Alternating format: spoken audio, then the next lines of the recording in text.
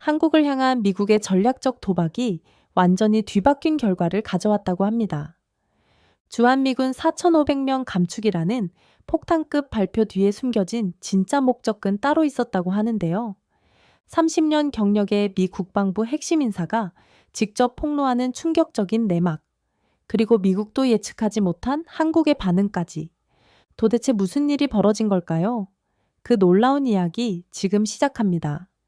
펜타곤 5층 전략실 분위기가 심상치 않았습니다. 저는 전 미국 국방부 전략국 부국장 맥스 덩컨입니다.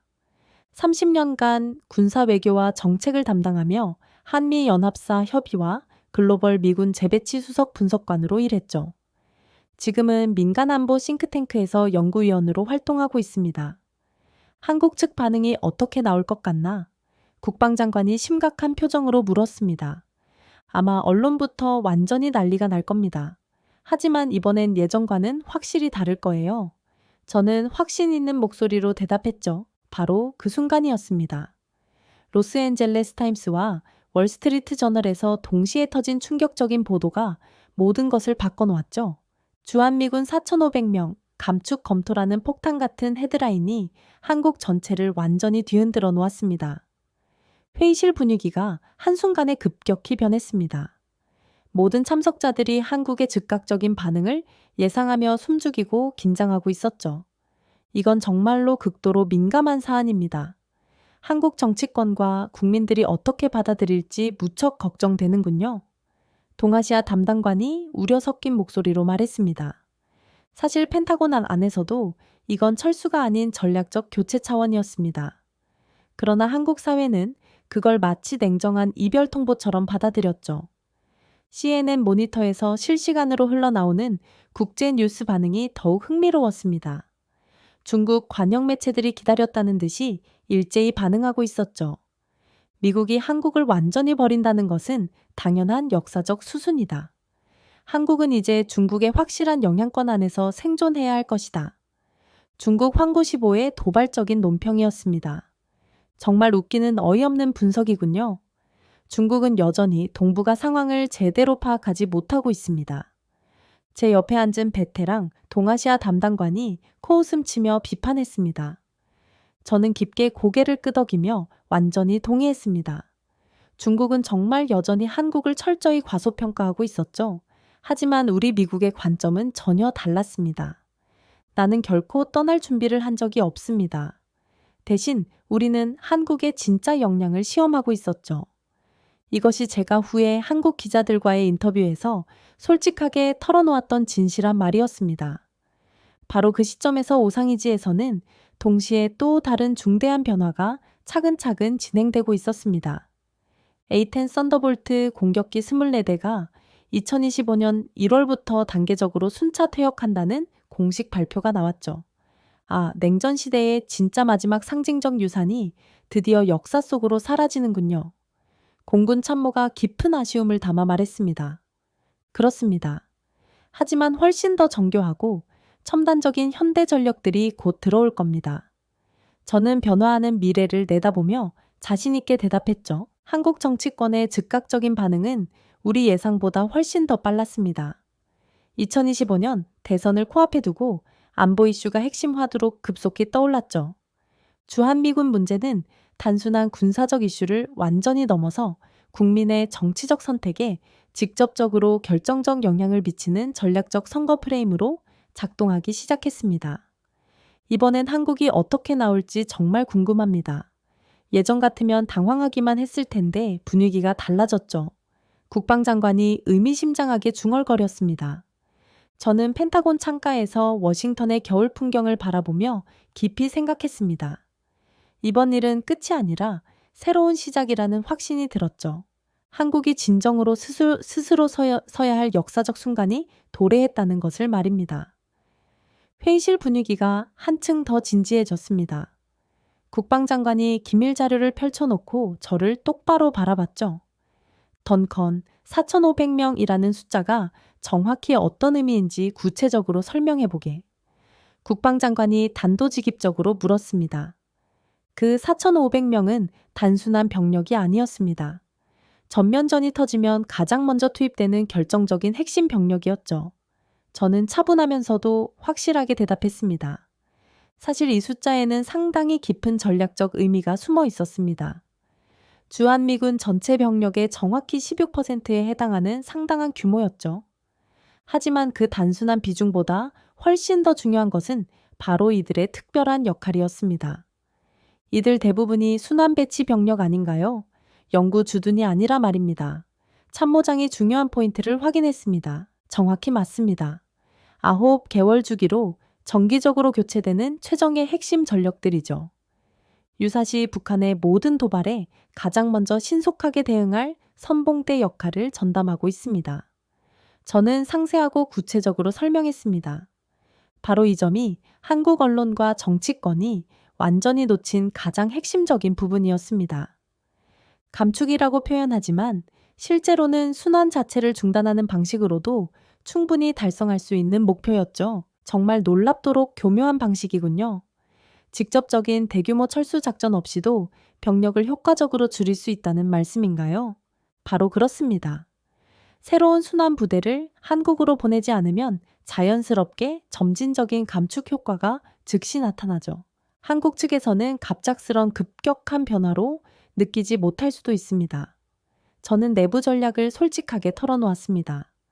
하지만 더욱 중요하고 흥미로운 것은 이들 병력의 장기적인 재배치 계획이었습니다. 펜타곤 내부에서는 인도태평양 관격 전략 차원에서 괌, 하와이, 오키나와로의 전면적인 재배치를 심도 있게 검토하고 있었죠. 중국 견제라는 훨씬 더 큰 전략적 그림에서 보면 오히려 전력 강화 아닌가요? 해군 담당관이 예리한 의견을 제시했습니다. 정말 정확하고 탁월한 분석입니다. 우리는 전력을 단순히 없애는 게 아니라 더욱 효율적이고 전략적으로 재배치하는 거죠. 한반도 중심에서 인도 태평양 전체로 시야를 대폭 넓히는 겁니다. 저는 깊이 동의하며 답했습니다. 그런데 정말로 가장 흥미롭고 중요한 부분은 따로 있었습니다. 이번 조치가 단순한 예산 절약 차원의 병력 감축이 아니라 한국의 독자적인 전력 운영 능력을 철저히 시험하는 전략적 신호라는 점이었죠. 결국 한국이 스스로 어느 정도까지 독립적으로 할 수 있는지 확인하고 싶다는 뜻인가요? 젊은 분석관이 호기심 가득한 표정으로 물었습니다. 바로 그겁니다. 우리는 한국이 의존하는 종속국에서 협력하는 진정한 파트너로 성장했는지 면밀히 관찰하고 있었죠. 이번 사건은 그런 중요한 시험대 역할을 하고 있습니다. 저는 매우 솔직하게 말했습니다. 실제로 한국의 반응을 실시간으로 지켜보면서 우리는 정말 많은 것을 새롭게 배울 수 있었습니다. 과거처럼 단순히 당황하고 우왕좌왕하는 것이 아니라 어떻게 체계적으로 대응하는지 면밀히 관찰하고 있었죠. 만약 한국이 이번 시험을 성공적으로 통과한다면 어떻게 될까요? 젊은 참모가 추가로 질문했습니다. 그렇다면 우리는 진정한 동등한 파트너십을 구축할 수 있을 겁니다.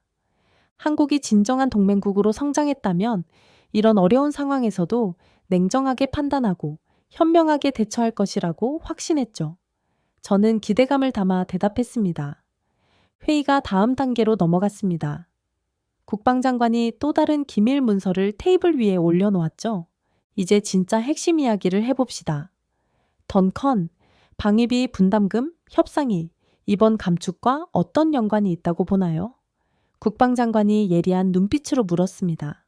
한국은 방위비를 내고 있었지만 이제는 방위 전략을 함께 계산해야 할 시점입니다.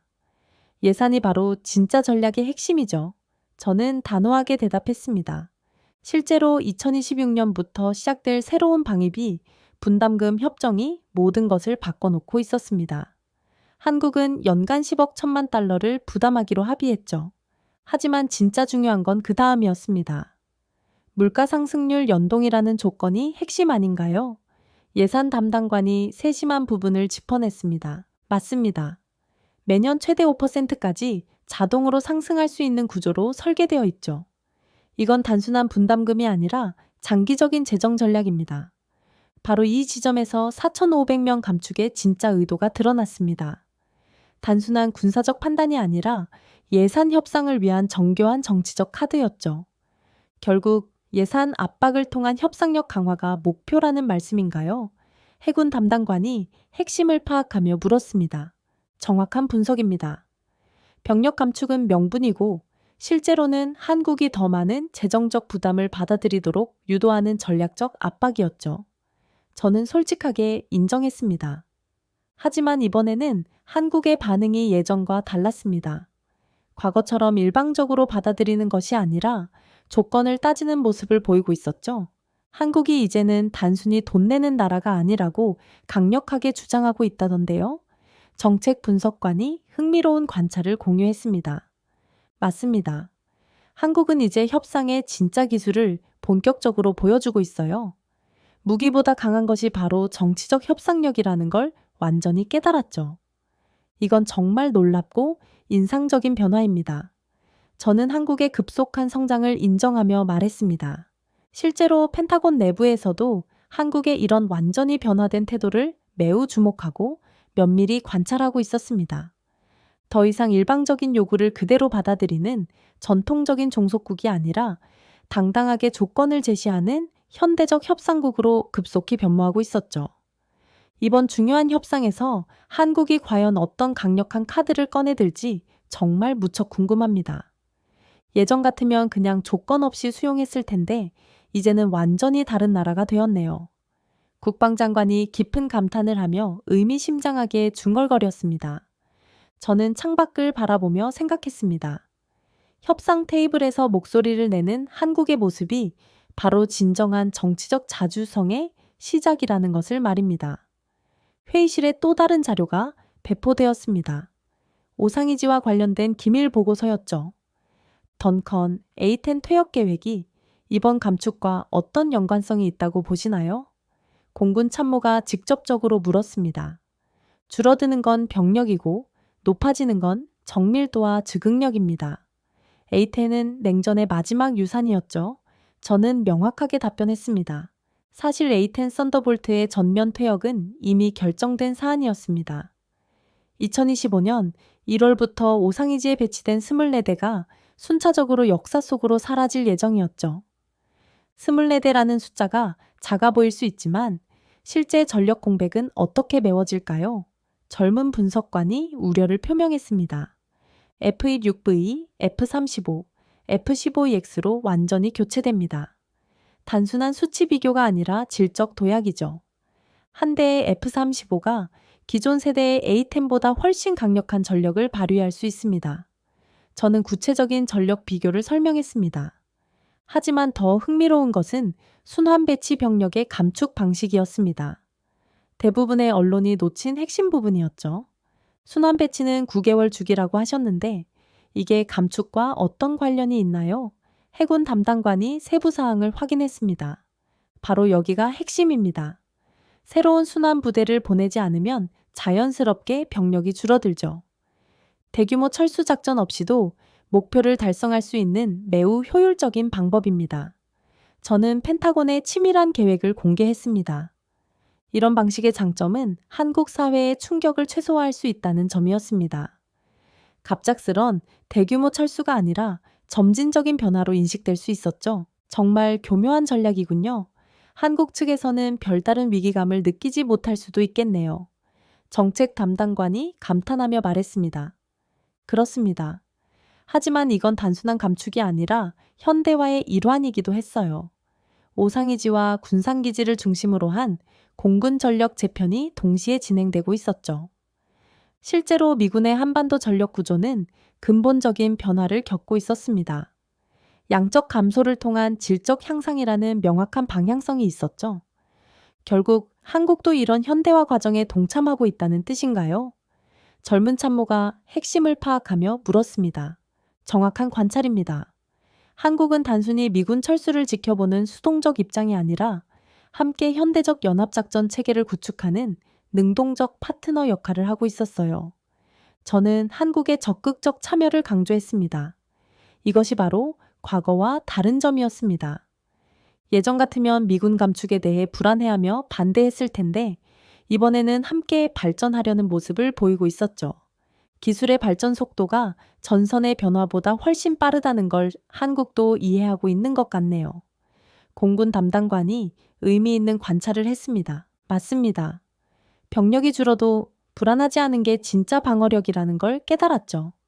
이건 정말 놀라운 인식의 변화였습니다. 저는 회의실을 조용히 둘러보며 깊이 생각했습니다. 한국이 이제 진정으로 현대적 안보 개념을 완전히 이해하기 시작했다는 것을 실감할 수 있었죠. 단순한 병력 숫자에 의존하던 과거에서 벗어나 기술과 효율성을 중시하는 새로운 패러다임으로 전환하고 있었습니다. 갑자기 회의실로 긴급 보고가 들어왔습니다. 한국 국방부의 공식 브리핑 소식이었죠. 한국 측 반응이 예상보다 훨씬 빠르게 나왔습니다. 월스트리트 저널 보도 직후 바로 공식 입장을 발표했다고 하는데요. 정보 담당관이 급히 보고했습니다. 실제로 한국 국방부의 대응 속도는 우리 예상을 완전히 뛰어넘었습니다. 과거처럼 며칠 동안 고민하거나 미국 눈치를 보는 것이 아니라 즉각적으로 반박 성명을 발표했죠. 구체적으로 어떤 내용인가요? 국방장관이 세부 사항을 확인했습니다. 주한미군 감축은 한미 간 협의 대상이며 현재까지 논의된 바 없다고 명확히 밝혔습니다. 그리고 글로벌 포스처 리뷰는 전 세계 대상이지 한국만의 이슈가 아니라고 강조했죠. 정보 담당관이 상세히 설명했습니다. 저는 이 대응에서 한국의 완전히 달라진 모습을 확인할 수 있었습니다. 더 이상 수동적으로 외신에 끌려가지 않고 능동적으로 정보를 관리하고 있었죠. 한국이 정정보도까지 요청했다고 하던데요. 젊은 분석관이 추가 정보를 요청했습니다. 맞습니다. 이번엔 한국이 선제적으로 입장을 발표하고 필요시 정정보도까지 요구하는 모습을 보였죠. 완전히 대응 주체로서 행동하고 있습니다. 저는 한국의 적극적 변화를 강조했습니다. 이런 변화의 배경에는 한국의 정보 역량 강화가 있었습니다. 과거에는 미국 언론 보도에 일일이 대응하기 어려웠지만 이제는 실시간으로 모니터링하고 즉각 반박할 수 있는 시스템을 갖추고 있었죠. 한국이 미국 언론을 직접 반박하는 몇 안 되는 아시아 국가가 되었군요. 동아시아 담당관이 이 의미 있는 관찰을 했습니다. 정확한 분석입니다. 한국의 공식 브리핑 능력이 이제 동맹국 수준으로 상승했죠. 이건 단순한 대응 수준을 넘어선 전략적 소통 능력의 발현입니다. 무엇보다 인상적이었던 것은 한국은 동맹 종속국이라는 프레임 자체를 거부한다는 점이었습니다. 자주적 정보 대응 체계를 확립하고 있었죠. 예전에는 미국 발표를 기다렸다가 따라서 말하는 패턴이었는데 이번엔 완전히 다르네요. 정책 담당관이 과거와 비교하며 말했습니다. 그렇습니다. 과거의 전략적 침묵 대신 능동적 브리핑을 선택했죠. 이것만으로도 한국의 외교적 성숙도를 확인할 수 있었습니다. 저는 한국의 외교 역량 발전을 평가했습니다. 한국이 더 이상 미국의 일방적 결정을 수동적으로 받아들이는 나라가 아니라는 것을 말입니다. 로이터 통신에서도 한국의 이런 변화를 주목하고 있다고 하던데요. 미디어 분석관이 국제적 반응을 전했습니다. 맞습니다.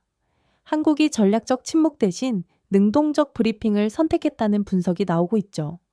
국제사회에서도 한국의 이런 변화를 긍정적으로 평가하고 있습니다. 회의실 분위기가 점점 더 진지해졌습니다. 우리 모두가 한국의 이런 변화가 앞으로 한미 관계에 어떤 영향을 미칠지 깊이 생각하고 있었죠. 회의실로 또 다른 긴급 보고가 들어왔습니다. 이번에는 한국 정치권의 반응에 관한 분석 자료였죠. 덩컨, 한국 정치권이 이번 보도에 상당히 민감하게 반응하고 있다고 합니다. 2025년 대선과 직결되어 해석하고 있는 것 같은데요. 정치 분석관이 신중하게 보고했습니다. 누가 대통령이 되느냐에 따라 한국의 방어 전략도 완전히 달라질 수 있습니다. 이건 그들에게는 생존의 문제죠. 저는 한국 정치 상황의 심각성을 인정했습니다. 실제로 주한미군 감축 보도는 곧장 2025년 대선의 핵심 이슈로 비화되고 있었습니다. 각 정당과 후보 캠프들이 이를 안보 프레임으로 해석하며 정책 차별화를 시도하고 있었죠. 구체적으로 어떤 식으로 반응하고 있나요? 국방장관이 세부적인 정보를 요청했습니다. 여당과 야당이 완전히 다른 해석을 내놓고 있습니다. 여당은 한미동맹 강화를 통한 대응을 주장하고 야당은 자주 국방 역량 확충을 강조하고 있죠. 안보가 정치적 대립의 핵심 축이 되고 있습니다. 정치 분석관이 상세히 설명했습니다. 하지만 더 주목할 만한 것은 국민들의 반응이었습니다. 과거와 달리 안보 이슈를 단순한 정쟁거리가 아닌 실존적 문제로 인식하기 시작했다는 점이었죠. 한국 국민들 사이에서 어떤 변화가 감지되고 있나요? 젊은 분석관이 궁금해하며 물었습니다. 정권에 따라 주한미군 정책이 달라질 수 있다는 인식이 확산되고 있죠. 이제는 자신들의 투표가 안보 전략을 직접 결정한다고 생각하고 있습니다. 저는 한국 국민의식의 성숙을 지적했습니다. 이런 변화는 한국 민주주의의 진화를 보여주는 중요한 지표였습니다. 안보가 전문가들만의 영역이 아니라 국민 전체의 관심사가 되고 있었죠. 안보 정책이 선거 공약의 핵심이 되고 있다는 말씀인가요? 정책 담당관이 의미를 파악하며 물었습니다. 그렇습니다. 한국에서 안보가 정쟁이 아닌 실존 문제로 인식되기 시작했죠. 국민의 정치적 선택이 전략 방향을 결정한다는 민주주의의 진화를 보여주고 있습니다. 저는 한국 정치의 발전을 평가했습니다. 하지만 우려스러운 측면도 있었습니다. 안보 이슈가 정치적으로 소비되면서 오히려 국론 분열을 가져올 가능성도 배제할 수 없었죠. 전문가들은 어떤 우려를 표명하고 있나요? 해군 담당관이 부정적 측면을 확인했습니다. 안보가 정치적 도구로 활용되는 것에 대한 경계심이 커지고 있죠. 하지만 동시에 국민들이 안보를 자신의 문제로 인식하게 된 것은 긍정적 변화라고 평가하고 있습니다. 저는 양면성을 지적했습니다. 한국이 안보를 단순히 정치인들에게 맡기는 것이 아니라 국민 스스로 판단하고 결정하려는 성숙한 모습을 보이고 있었죠. 결국 한국 국민들이 안보 주권을 스스로 행사하려고 한다는 뜻인가요? 젊은 참모가 핵심을 파악하며 물었습니다. 정확한 관찰입니다. 정치가 단순한 권력 다툼이 아니라 나라를 지킬 사람을 선택하는 중요한 과정이라는 걸 깨달았죠. 이것이야말로 진정한 민주주의의 모습입니다. 저는 한국 민주주의의 성숙함을 인정하며 대답했습니다. 회의가 마지막 단계에 접어들었습니다. 국방장관이 가장 민감한 주제를 꺼내들었죠. 덩컨, 솔직히 말해보게. 우리가 한국에게 말하는 동맹과 실제 우리가 하는 행동 사이에 차이가 있지 않나? 국방장관이 직설적으로 물었습니다. 동맹은 감정으로 유지되지 않습니다. 한국은 이제 실리와 존중을 함께 요구할 수 있는 위치에 올랐죠. 저는 현실을 있는 그대로 인정했습니다. 실제로 미국 국방부는 여전히 We go together라는 표현으로 한미동맹의 가치를 강조하고 있었습니다. 하지만 그 이면에는 철저한 이익 기반의 전략적 판단이 작용하고 있었죠. 공식적으로는 가치 동맹을 말하지만 실제로는 어떤가요? 젊은 분석관이 솔직한 평가를 요청했습니다. 방위비 분담, 무기 수출, 전략자산 배치 등 동맹의 실제 운영은 대부분 계약과 비용 계산을 전제로 진행됩니다. 감성보다 계산이 우선되는 구조가 완전히 굳어졌죠. 저는 냉정한 현실을 설명했습니다. 이런 변화는 한국 내에서도 감지되고 있었습니다. 가치동맹이라는 말이 더 이상 설득력을 가지기 어려워지고 있었죠. 한국 측에서는 이런 변화를 어떻게 받아들이고 있나요? 정책 담당관이 한국의 반응을 궁금해했습니다. 한국 내에서도 자주 국방이란 개념이 동맹의 본질을 다시 묻는 질문으로 확산되고 있어요. 더 이상 일방적인 의존 관계를 받아들이지 않으려는 분위기가 뚜렷합니다. 저는 한국 내부 변화를 전했습니다. 바로 이 지점에서 한국의 성장을 확인할 수 있었습니다. 협상 테이블 위에서 당당하게 자신의 입장을 밝히는 모습이었죠. 결국 한국이 의존국에서 결정국으로 변화하고 있다는 뜻인가요? 해군 담당관이 핵심을 파악하며 물었습니다. 정확한 분석입니다. 자주국가란 말할 수 있을 때 말하는 나라를 의미하죠. 한국이 바로 그런 단계에 진입했습니다. 저는 한국의 변화를 명확히 평가했습니다. 이런 변화는 우리에게도 새로운 도전이었습니다. 과거처럼 일방적으로 요구하기만 하는 관계는 더 이상 불가능해졌죠. 미국도 이제 계산서를 함께 들여다봐야 한다는 뜻인가요? 예산 담당관이 현실적인 질문을 던졌습니다. 그렇습니다. 이제는 우리도 한국이 무엇을 원하는지, 무엇을 제공할 수 있는지 정확히 파악해야 해요. 상호 이익이 명확할 때만 지속 가능한 관계가 됩니다. 저는 새로운 패러다임을 제시했습니다. 하지만 이런 변화가 반드시 나쁜 것만은 아니었습니다.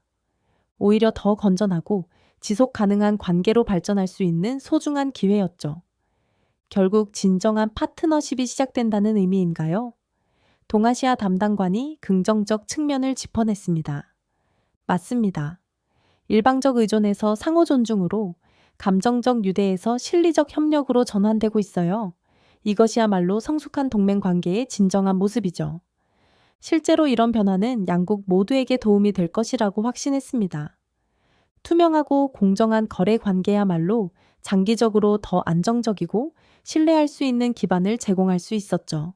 저는 회의실을 둘러보며 확신했습니다. 한미 관계가 새로운 차원으로 진화하고 있다는 것을 말입니다. 회의가 마지막 순간에 다다랐습니다. 국방장관이 가장 중요한 질문을 던졌죠. 덩컨, 결국 한국이 어디로 향하고 있다고 보나? 이번 일이 그들에게 어떤 의미인가? 국방장관이 진지하게 물었습니다. 주한미군 철수 논의는 끝이 아닙니다. 오히려 한국이 어디로 갈 것인지 묻는 질문이죠. 그리고 그들은 이미 답을 준비하고 있었습니다. 저는 확신의 찬 목소리로 대답했습니다. 실제로 한국의 독자 무기체계 개발은 놀라운 수준에 도달해 있었습니다. KF-21 전투기 양산이 본격화되고 있었죠. KF-21의 실제 전력화 수준은 어느 정도인가요? 공군 담당관이 구체적인 정보를 요청했습니다. 기술적으로는 이미 완성 단계에 이르렀습니다. 실제 전력화가 차근차근 진행되고 있어요. 이건 단순한 시제품 수준이 아니라 실전 배치 가능한 전력이죠. 저는 한국의 기술력을 인정하며 설명했습니다. 하지만 더 놀라운 것은 SLBM 장착, 잠수함 장보고 3였습니다. 수중 발사 탄도미사일 능력까지 갖춘다는 것은 완전히 다른 차원의 이야기였죠. SLBM 탑재가 실제로 가능한 수준인가요? 해군 참모가 기술적 측면을 확인했습니다. 이미 기술적 기반은 모두 확보되어 있습니다. 청투 방공 체계와 현무 미사일 시리즈까지 포함하면 한국의 독자 방어 체계는 사실상 완성되었다고 봐야 해요. 저는 한국 군사기술의 놀라운 발전상을 종합적으로 평가했습니다. 그런데 회의실 분위기가 갑자기 긴장되었습니다. 가장 민감한 주제가 나왔기 때문이었죠. 핵무장 담론은 어떻게 평가하고 있나요? 젊은 분석관이 조심스럽게 물었습니다. 최근 여론과 국회, 일부 그 일부에서 핵무장 또는 해징 전략이 대안으로 거론되고 있습니다. 자주 국방을 위한 실질적 전략 전환 논의가 본격화되고 있어요. 저는 한국 내부의 중대한 변화를 정확히 전달했고, 이는 단순한 정치적 수사가 아니었습니다. 실제로 한국이 근본적인 전략 변화를 진지하게 고려하고 있다는 명확한 신호였죠. 결국 2025년 대선이 분기점이 된다는 말씀인가요? 정책 담당관이 핵심을 파악하며 물었습니다. 2025년 대선은 단순히 정권 교체가 아니라 한국이 의존국에서 결정국으로 나아갈 것인지 여부를 결정하는 군사 외교 전략의 역사적 분기점이 될 겁니다. 저는 펜타곤 창가에서 마지막으로 워싱턴을 바라보며 깊이 생각했습니다. 한국의 자주 국방 역량은 이미 완전히 준비 완료 상태였죠. 이제 남은 것은 오직 국민의 선택뿐이었습니다. 이제는 누굴 믿느냐가 아니라 우리가 뭘 준비했느냐의 문제가 되었군요. 국방장관이 깊은 의미를 담아 중얼거렸습니다. 맞습니다. 이번엔 한국이 진짜 제대로 선택해야 할 역사적 순간이 왔어요. 그리고 그들은 그럴 충분한 준비가 되어 있습니다. 회의실에 잠시 정적이 흘렀습니다. 우리 모두가 역사적 전환점을 목격하고 있다는 것을 깨달았기 때문이었죠. 한국은 더 이상 누군가의 보호를 받는 나라가 아니라 스스로 운명을 결정하는 주권국가로 완전히 거듭나고 있었습니다. 자, 오늘의 이야기는 여기까지입니다. 오늘 우리는 주한미군 감축 보도 뒤에 숨겨진 미국의 전략적 실험과 한국의 놀라운 변화를 살펴봤습니다. 진정한 국가의 힘은 누군가의 보호가 아니라 자신만의 준비된 역량에서 나온다는 것을 다시금 깨닫게 됩니다. 앞으로도 세계 무대에서 펼쳐질 한국의 새로운 도약을 기대해 주세요.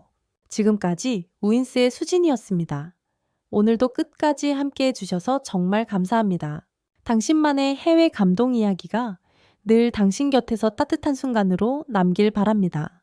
다음에도 따뜻한 이야기로 다시 찾아올게요. 수진이랑 우인스 다음에도 함께해요. 오늘도 행복한 하루 되세요. 사랑합니다.